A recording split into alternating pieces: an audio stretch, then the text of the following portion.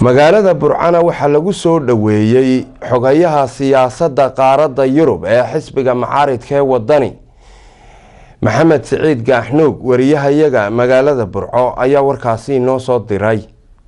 waxaa magaalada Burco lagu soo dhaweeyay wafdi ballaaran ay hogaaminayso gudoomiyaha xisbiga wadani ee dalka Mareykanka Muuna Cali Firin iyo gudoomiyaha garabka haweenka ee xisbigaasi. soo dhaweynta mas'uuliyiintan ka tirsan xisbiga wadani ayaa laga hortagay degmada Qoyta ee duleedka waqooyi ee magaalada Burco waxaana soo dhaweyntaasi hogaaminayay mas'uuliyiinta gobolka Togdheer oo hogaaminaya gudoomiyaha xisbiga wadani ee gobolka Togdheer Xuseen Kaahin Xayd iyo xogayaha arrimaha bulshada ee heer qaran Hinda Jaamac Xirsi waxaana hadaladii soo dhaweynta sidoo kale dareen celinta ahaa kamid ahaa. halkan joogna waa degmada Qoyta waxaan ku soo dhaweynaynaa gudoomiyaha Mareykanka ee xisbiga wadani Muuna Cali Firin iyo wafdiga ballaaran ee kale ee la socda ee wafdiga heer qaran gudoomiyaalka waxaan ku soo dhaweynayaa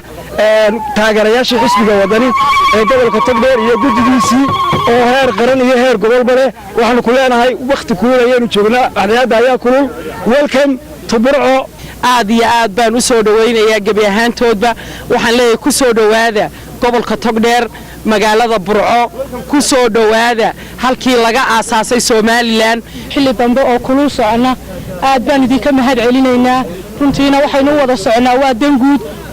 wadankeena aynu doonayno in isbedel u sameeyno insha Allah biidmilaahi kariim aad baad u mahadsantihiin waxaan aad ugu faraxsanahay inaan wadankayga hooyo imi oo magaaladayda Burco aan ku dhashay imi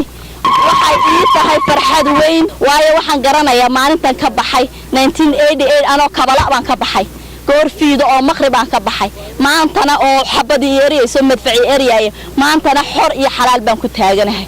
xilli xun oo barqaayid ku soo beeganay aad duhura aad iyo aad baan idinka mahad celinayaa aanan idinka raali gelinayaa milicda. soo dhaweyntaasi kadib waxaa loo soo galbiyay xafiisyada uu ku leeyahay xisbiga wadani magaalada Burco iyadoo halkaasi kulana ku dhaxmaray madaxda xisbiga wadani ee gobolka Togdheer iyo kuwa ka soo kicitimay magaalada Hargeysa kulankaas oo lagu gorfeynay isla markaana la iskaga xaal wareysanay xaaladda xisbiga wadani ee gobolka Togdheer. waxaan leeyahay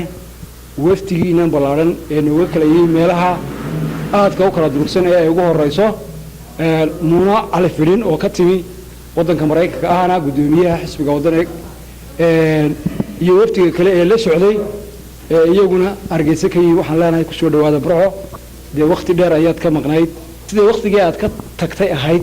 iyo maanta sidee tahay farqi weyn baa u dhaxeeya waxaan ku leenahay ku soo dhawo magaaladaadii dadkaagii Togdheer iyo xisbiga wadani oo magaaladan meesha uu ku dhaato annahagana aad ku arki doonto ama sidaad hore u aragtayba waftigii ballaaran ama dadkii taageerayaashii ballaaran ee kaaga horyimid Qoyta iyo inta agagaarkeeda. Saciid Gaaxnuug telefishinka caalamiga Somali Channel magaalada Burco.